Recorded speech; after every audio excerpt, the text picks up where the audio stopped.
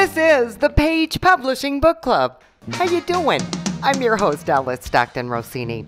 Some immigrants come to America, find opportunity, and are eternally grateful, like Shama Chakraborty, an astro-aerospace scientist for 35 years, now a professor at UC Sacramento. He came to the U.S. with $9.57 in his pocket. He wrote Across Many Borders, the diary of a wandering explorer, to show his appreciation for America. His story begins in East Pakistan, where he was persecuted as a child in his Hindu community. And then he details his astounding accomplishments, including, swimming the English Channel. I did. Cosmonaut training. Yes. You flew a MiG-25 in Russia. You trekked to the North Pole. Yes, I did. You climbed to the base camp of Mount Everest. Yes, I did. How did you end up racing an Indy 500 car? Well, I found this driving school run by Mario Andretti and got some basic training. And then Fontana Speedway, which is the professional speedway where many NASCARs and Indy 500 car races take place. So I basically raced the car there, went up to like 170 miles an hour speed. It was a very incredible experience. I wanted to share my experiences, life stories, which is, I think, very exciting and could be motivational and inspirational by many. Actually, over the years, I have been invited by many high schools, colleges, and social organizations as an inspirational speaker. The feedback I always got was that my life story, particularly the transformation from a destitute refugee to an internationally recognized rocket scientist, in addition to many other extraordinary achievements that you just mentioned, was highly remarkable and would potentially inspire many other people. That actually prompted me to write this book. Recently, for example, when I teach as an engineering professor, many of my students who Google me, they said, "Oh, Dr. Chakraborty, we just saw your book on the internet. We bought it. Could you please sign the book, please?" So I did a lot of book signing in my engineering classes. And sometimes some of the book clubs have invited me recently. And they have read my book also, and I autograph my book, and if they request me. What happened to your family? Well, rest of my family are still in India, and some of my family members came to America for their graduate studies, but they went back after they got their education. You probably recognize from my book that I was married to a white Caucasian American lady, and that was the reason that I stayed back in America. Plus, I got a lot of opportunities to contribute immensely to America as an aerospace engineer. So I did a lot of pioneering work in rocket science and space science. In addition, I played a very key role in developing many major defense systems, weapon systems, nuclear missile systems to protect our country. So I take great pride that I was helpful in building the security needs of our beloved nation. Those are the reasons that kept me in America. I worked for first Aerojet Propulsion Company, which is one of the major rocket propulsion companies in the world. Every single missile program or launch vehicle program in America, Aerojet provided the propulsion systems. Then I went on to work for Northrop Grumman Corporation, and then I was the chief engineer for their space division. You're an amazing man, and now you're teaching. Yes, as an engineering professor. Do you have children? I've got 2 children. Everybody needs to hear your story. I feel so proud. Well, thank you very much. Thank you. Alan Hessler, a physical therapist for 2 decades, was determined to find the underlying cause of chronic pain to more effectively treat it, and he shares his findings in his book entitled Stop Looking at the Crack, a hypothesis on the source of chronic degenerative pain and the failure of modern medicine. I was treating a young lady, she wasn't overweight or anything, but she had really bad plantar fasciitis.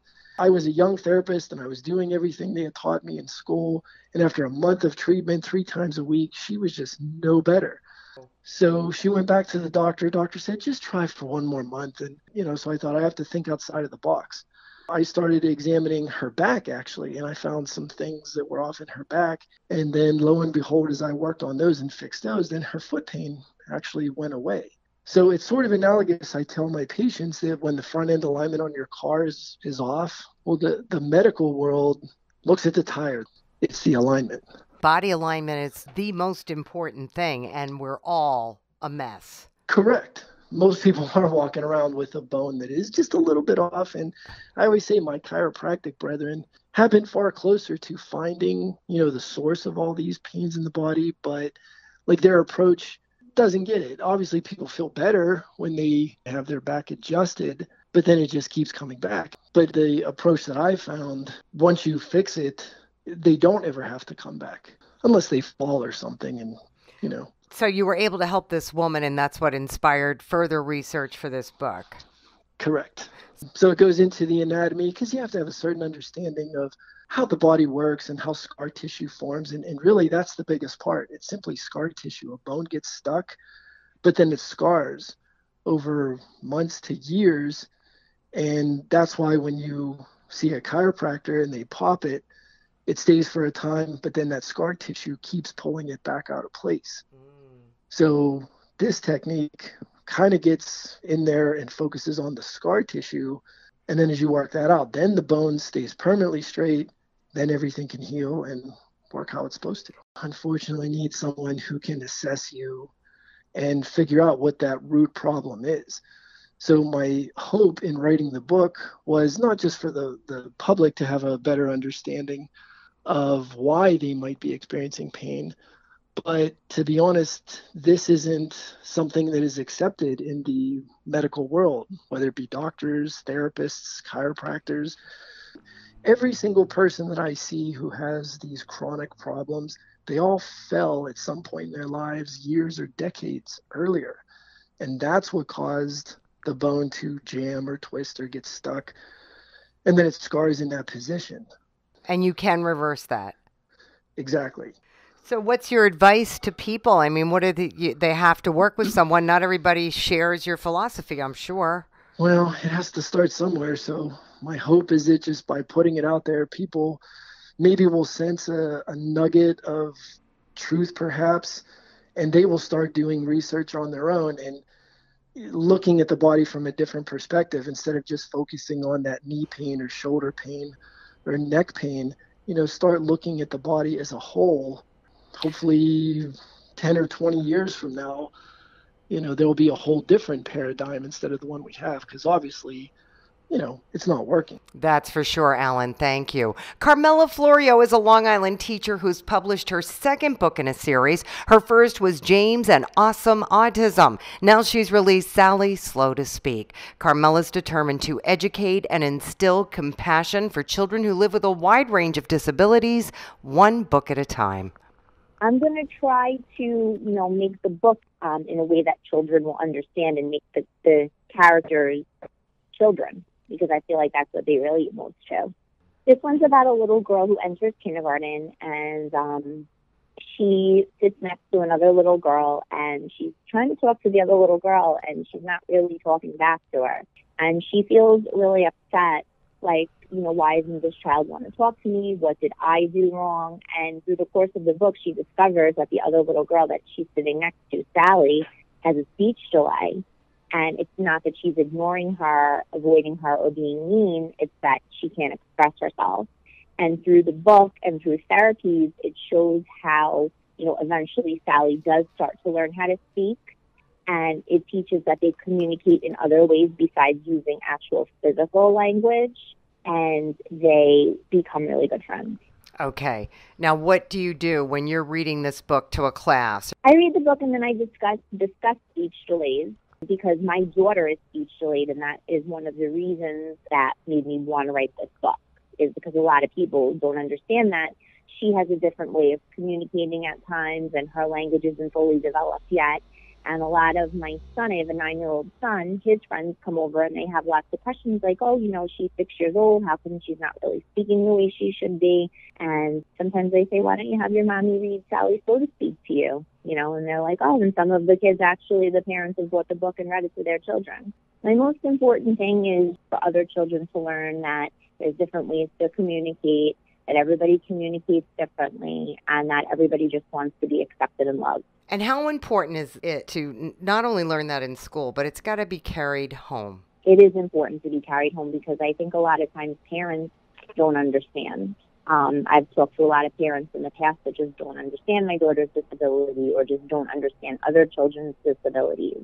And they don't realize that, we're trying everything that we can to get the children to where they need to be.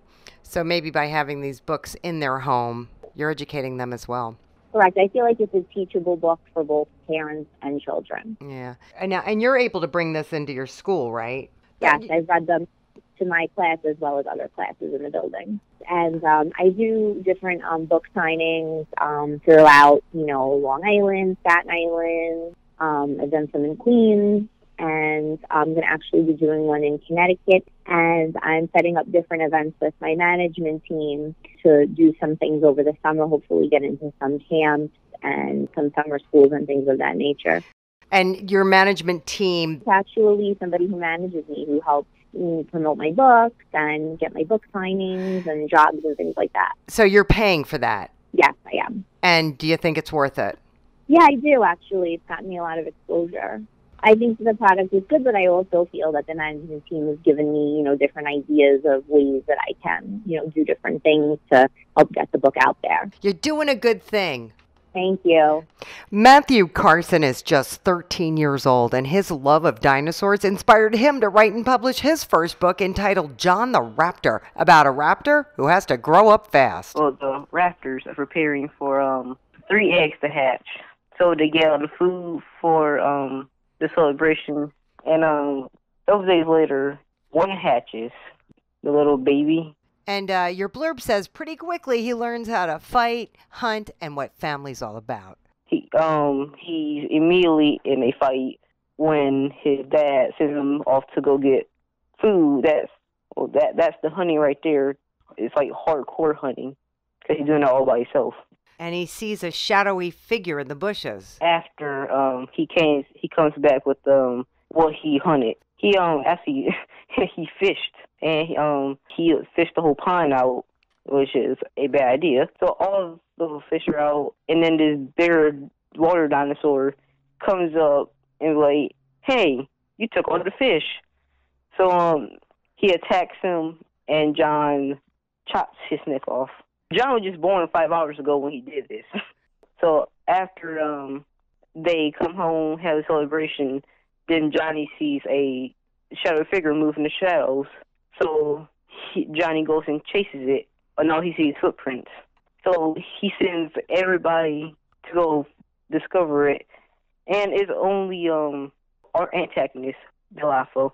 But nobody knows he's really a bad guy yet.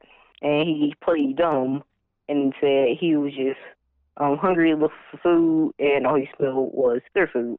So everybody invites Dilopho in to come have a feast with them, and then he goes on his way. Dilopho goes on his way, and his uncle Timmy, he was supposed to give John swimming lessons, but here's this big ambush going on in the background, so John goes check it out, and then his bigger brother, Nick, tries to warn him to back off. And then Dilopho comes and kicks John in the face. So John and Nick, basically the team attacks Dilopho, and Nick bites half of Dilopho's tail off, and John scratches his eye and eats it. And then Dilopho's back off. So in every chapter, is John protecting somebody in his family or protecting a friend? It's really like they're working together. All right, Matthew, and you're talking this book up, aren't you? Matter of fact, I just went to a school and told the whole school about this book. Oh, I bet that was fun. It was very fun. All right, Matthew, thank you. We have to take a quick break, but we're coming right back. This is the Page Publishing Book Club.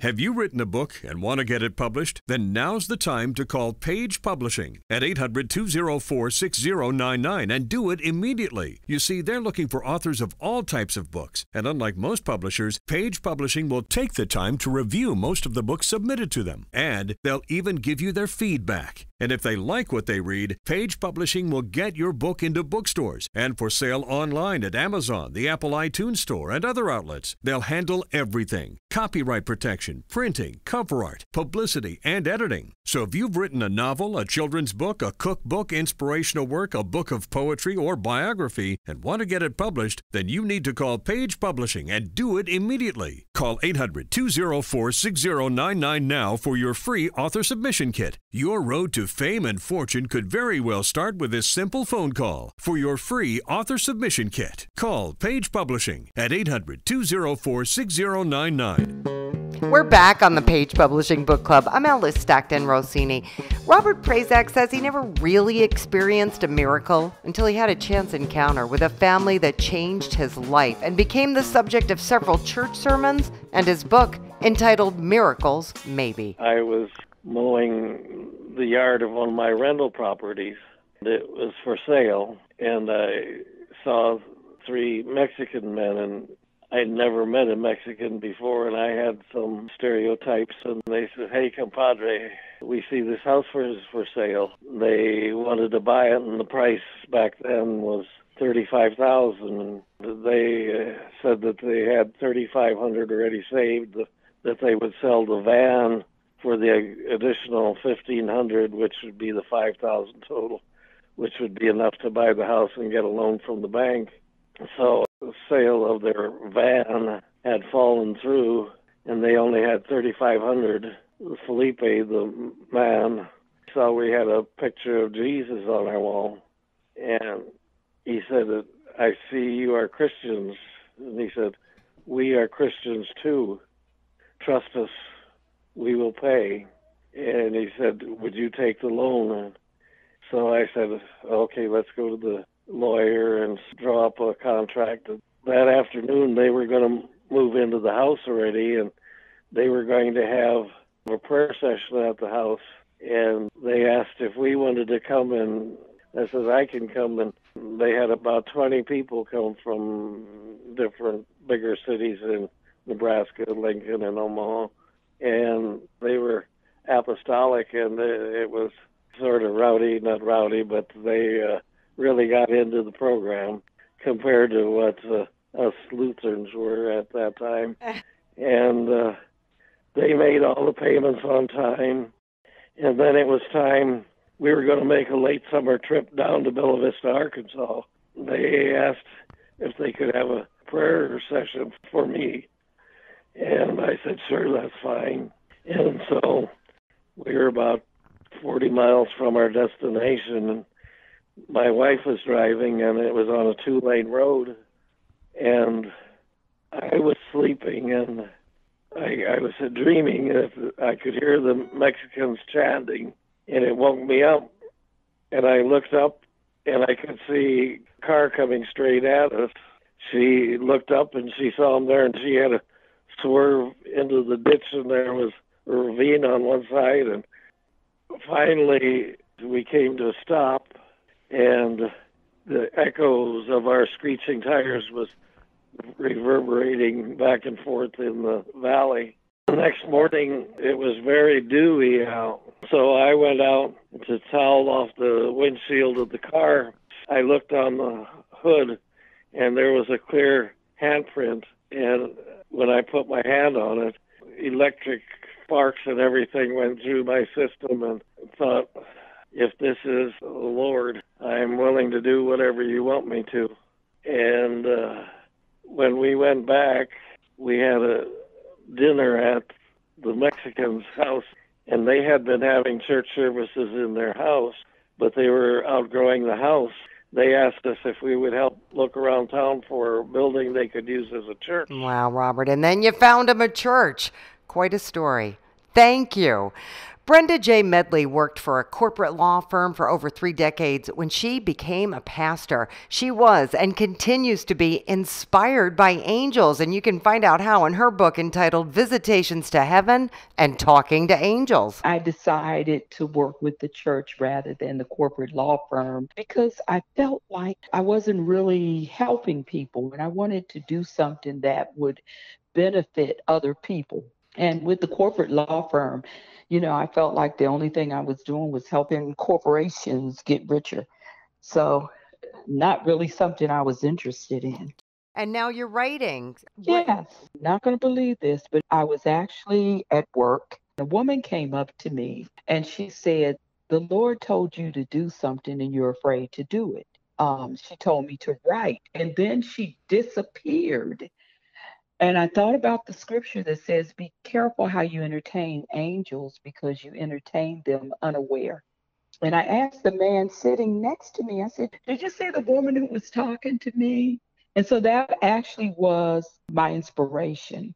Wow. This book is about a near death experience that I had. My appendix ruptured and I had been pronounced dead. And I saw my body laying on a gurney, and I had been pronounced dead. And from above, I could see my body lying there. And then I went through this tunnel, and it was really, really fast. And I found myself standing on a very, very fluffy white cloud. And there were all of these people around and singing that was so melodious. I mean, it was like nothing on earth. Even the flowers were singing, everything was singing. And then suddenly, a man came out, and his face was whiter and brighter than the sun. I could barely look at his face for the brightness. And I'm on the cloud. Everybody else is up on this golden street. And I'm trying to get to the golden street, but I can't reach up there. And there was a man that came from the side and he tried to help me. And just as he did that, the man whose face was brighter than the sun came over, never spoke to me. He just shook his head, no. And he took his right hand and he just kind of thrust it forward at me. And when he did that, I felt like I was falling. And I hit that gurney and I was already zipped up in a body bag, you know. And I want people to know that death is not necessarily the end of life, that there is a hereafter. There is a God, there is a Savior. So that's my inspiration. I've actually had 3 experiences with angels. And I don't know why they come to me. And I'm trying to get over the fear so that I can at least talk. So I know that God is real, and that is the reason why I wrote the book. All right, Brenda, thank you. Denise Vaughn is also a believer who survived the unthinkable, a cancer diagnosis while she was pregnant. She details her journey in her book entitled Short Stories of How I Made It Through. They say it's common, but you don't hear stories about it. Chemo, having normal sickness, morning sickness, and then going through withdrawals from medication. My journey began in October. I was a mom of 4, and I sat down and I began to pray. And he instructed me to put my hand on my left breast, and I felt a lump. And that began my process. Did you know you were pregnant? I think I had just learned that I was pregnant. So, of course, when I went to a doctor, they just automatically associated it with being pregnant. I'm like, no, this is unusual. I told to go home. But I was having this pain in my back that just wouldn't let go. So by the time I actually got a mammogram, I think I had gone the 3rd time, and they wound up giving me, still not doing a mammogram, but they gave me a list of free clinics. And fee was $300 just to walk in. Oh, my God. God. Like, this is a free clinic. Right? So I was very disappointed, and I went to walk out, and I'm like, Lord, I just need a manual mammogram. Like, that's it. And one of the nurses was like, she said, ma'am, are you having, like, any issues? I said, yes, I have a lump in my left side.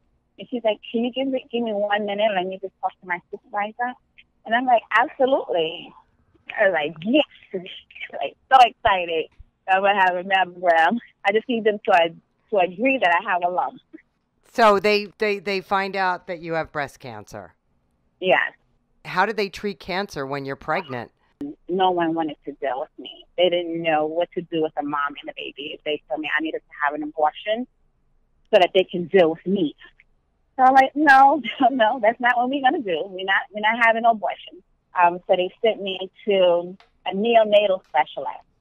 He said, your cervix is now a 1%. You have 1% cervix. He said, so you can miscarry at any minute. Like, you should be on 95% bed rest. So I'm like, wow. They told me my results were good. And basically, all of these doctors, nobody knew what to do with you. And I'm assuming you found somebody who was able to instruct you. Did you have the baby? Did everything go okay? Everything worked out well. I went to the facility that the doctor recommended. And in that facility, I had a specialist for the baby, and my oncologist and surgeon was all in this one place.